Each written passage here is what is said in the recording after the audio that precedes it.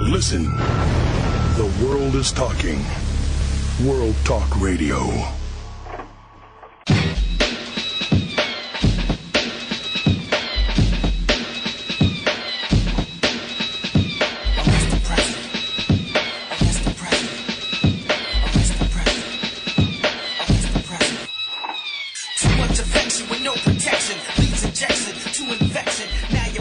Welcome to Civil Arts Radio. I'm your host, Milton Bowens, and this week we're being joined by an extremely gifted educator, artist, and community activist, Mrs. Karen Seneferu. Civil Arts Radio. We'll see you right back.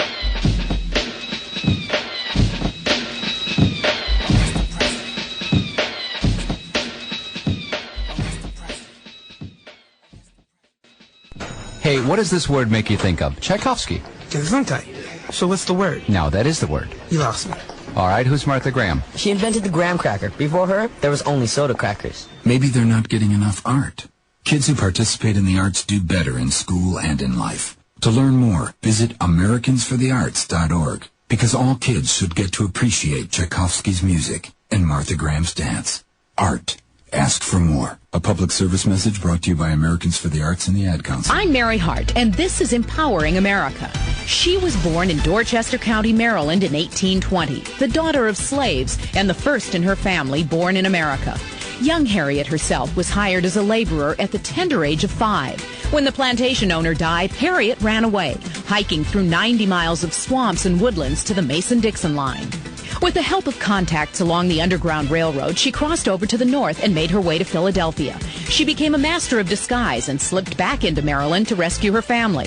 Ultimately, Harriet made 19 trips via the Underground Railroad, freeing more than 300 slaves. During the Civil War, she was a spy for the Union Army. She died in 1913 at the age of 93. But the inspiring story of Harriet Tubman has lived on in songs, books, and the history of America. Empowering America is sponsored by the Foundation of American Women in Radio and Television and is made possible by the generous support of AT&T, caring for the communities where we live and work. You're listening to World Talk Radio, where the world comes to talk. World Talk Radio.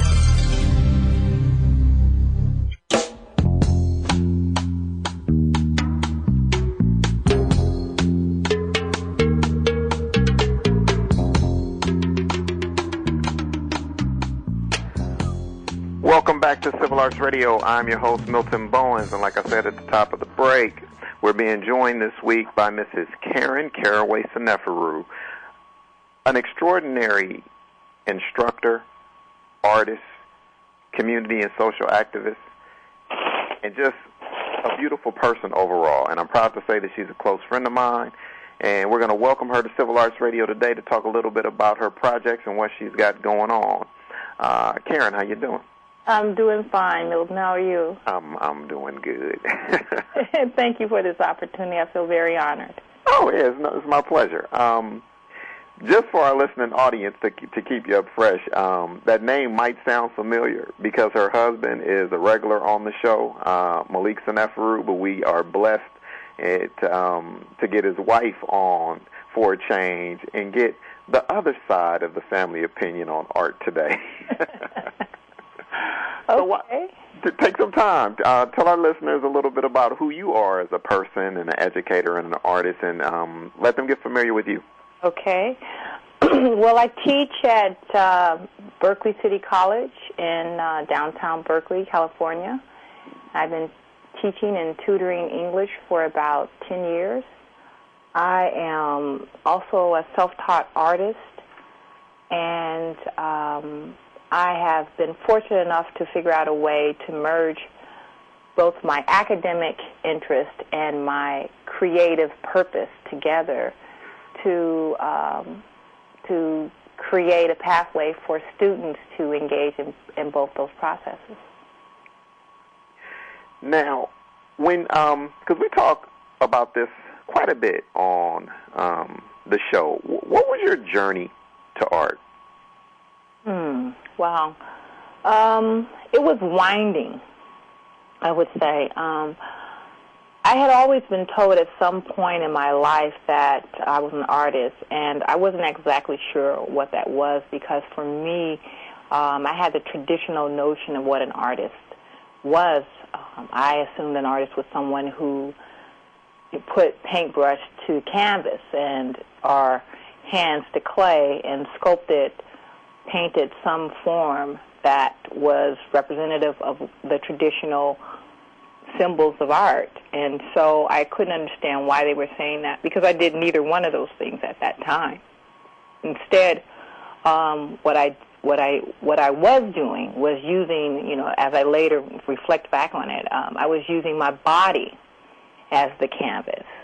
So even though my consideration of traditional art was, I think, European in nature, what I was really doing was something far more ancient than tradition, which was using the body as the canvas to create art. So I would, decorate myself or ornament. I would establish or put ornaments on my body. So I'd have layers of necklaces, or I'd have,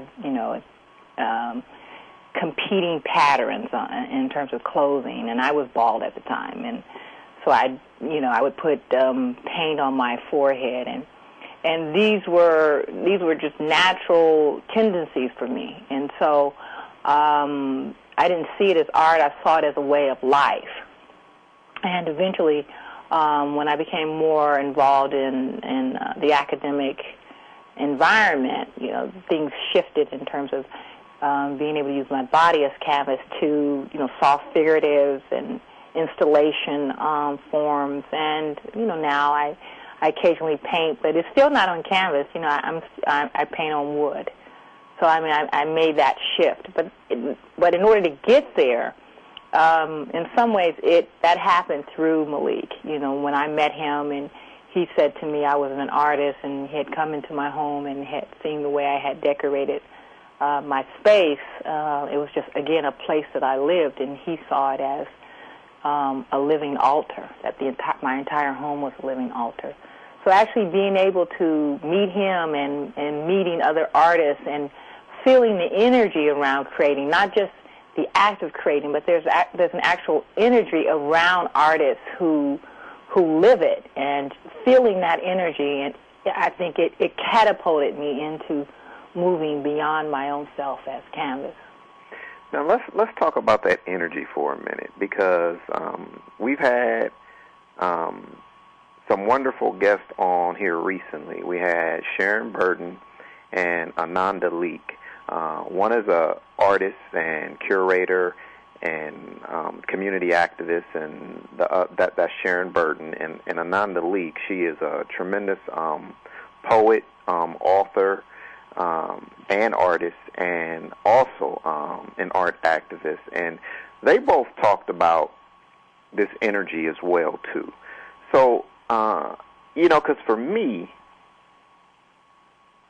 my process as an artist, I understand the energy, but for me, my whole thing is trying to basically push art beyond the basic expectations of one's culture. Sure. So, where do you see this energy? How could this energy be applied? Because we can see the transformative natures of art. Like when you introduce a child to art, their eyes get big, they get excited, whether it be finger paint or crayons or, Elmer's glue and popsicle sticks. It's that whole engaging the mind that they can now start to make decisions, and, they're in control of this project. How can that energy, or is there a relationship from that artistic energy to this educational energy? Yeah, absolutely. I think that initially when we create, when the desire happens, I think it's in the body. So the energy that I'm speaking of is something that has been contained, and it's been contained and maybe even layered by the social conditions in the society. And when I get around artists, it's not that those social conditions aren't expressed, but there's something that they've tapped into the same way one would turn on a faucet. Well, if you're an individual who doesn't feel comfortable with moving into that area, because I do believe that everyone has the potential to be an artist, but that if you're not comfortable with moving in that area, it's layered. And so once you start pulling off those layers of failure or lack of expectation or this is not my particular area, I'm not an artist, once you start to pull away those layers, then the desire to create isn't just simply an energy, but it becomes, well, what then will I create, and for what purpose? And in terms of this class, that became very important for me. I recognized, I teach, as I said before, I teach English at Berkeley City College, and I teach English at the basic skills level, and I've also taught at the critical thinking level. And between those two polarities, I have discovered that the primary challenge for students, I think, more specifically for Latin American and African American students, but in general, is fear and anxiety. That's what stops students from being able to create an essay or being able to create a piece of art. And so I recognize that once I was able to remove the fear and anxiety I had about the medium of art, that if I could apply that to students and have them look at images, have them look at image as composition, and have an artist come into the class and explain the material that the student was looking at, that the students could engage with the art in such a way, see the subject matter as relating to themselves, and then decide how they would speak about that. And in most cases, students speak about it without impediments. And they recognize that the subject matter, the art, the artist, the medium is not separate from themselves. And then they start to write about that experience on paper in a fluid and accurate way. And so this is one of the discoveries that I've made and have created as part of this pilot project that I call Take Flight. Beautiful segue, because I was just getting ready to ask you. So what is this Take Flight project all about? Well, at the core of Take Flight, I would say there's multiple levels. One of the levels I've already discussed, which is fear and anxiety, but at the core of this project called Take Flight is identity through English. It's very important to me that students gain the skills necessary to be successful in the ways that they define for themselves, but that in doing that they are not stripped of who they are. In other words, oftentimes the way in which the English language is taught is that students have to not only learn the language, but live the language.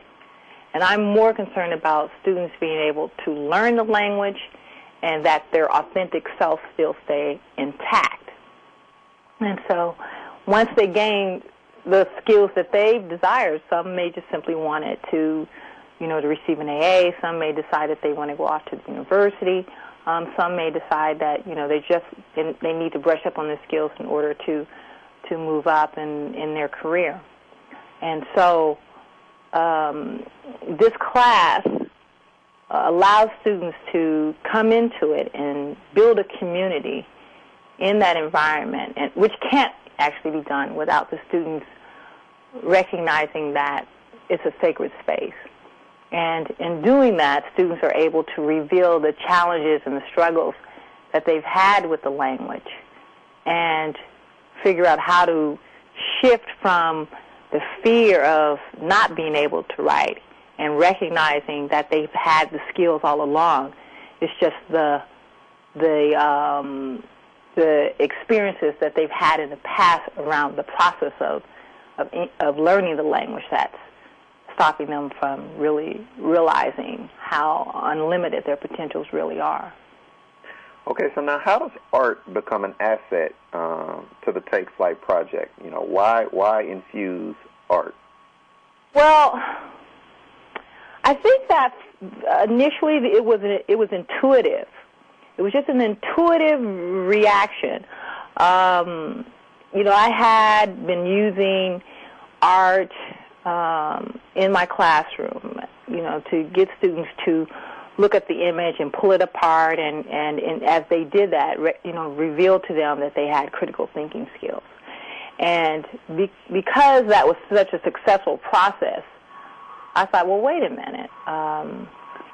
What if I not just showed the artwork itself, but I actually started inviting artists into the class, like Karen Seneferu and my very good friend Milton Bowen and Juana Alicia, and have these artists come in and reflect the student body, which I think is essential in terms of how students engage with the classroom, and have them see the work, see themselves in the work, and then pose questions to the artists about the material that they see, and come to understand this concept of imagery as narrative and narrative as imagery. And I also decided that another important element to the Take Flight project would be also to bring writers who were in the Bay Area, writers who the students would read the text of someone who was right in their community. Those writers could come into the class, and the students could discuss with them what was the process of writing, what was the process of taking ideas out of one's head and placing it on text, and more importantly, what was the process of self-publishing, because I thought that it's very important for not only the students to be able to pose questions to the artists and the writers, but also to engage in the process of creating art and creating a text from which they could exhibit to the public so that they would become a part of that expanded circle of art and poetry and writing. And so those are some of the things that the students do in there. They look at the art, they speak to the artist, they end up they've created their own book assemblage, and which is reconstructing a textbook by collaging it and painting it and establishing a narrative about themselves in that text, and in doing so, forming a different appreciation for a book. So they've done that, and then also they're in the process now of turning their Word documents into desktop publishing, so that on May 21st, from 5 to 7 at the Gorilla Cafe in Berkeley, they'll be exhibiting both their textbook, let me rephrase that, their book assemblage and also their self-published writings. Okay, and on that note, we're going to take a quick break, because when we come back, we're going to get in-depth on their upcoming exhibition at the Gorilla Cafe, From Pens to Brushes, Literacy, Art 2008. Civil Arts Radio, stay with us. Watch this, y'all. Prende sta andando, prendo, I got him out of ma senti, mama, you understand that? No. Well, like, I don't understand how you can, because, like, I've been to, Paris, Beirut, I've been Iraq, Iran, Eurasia, I speak very, very fluent Spanish.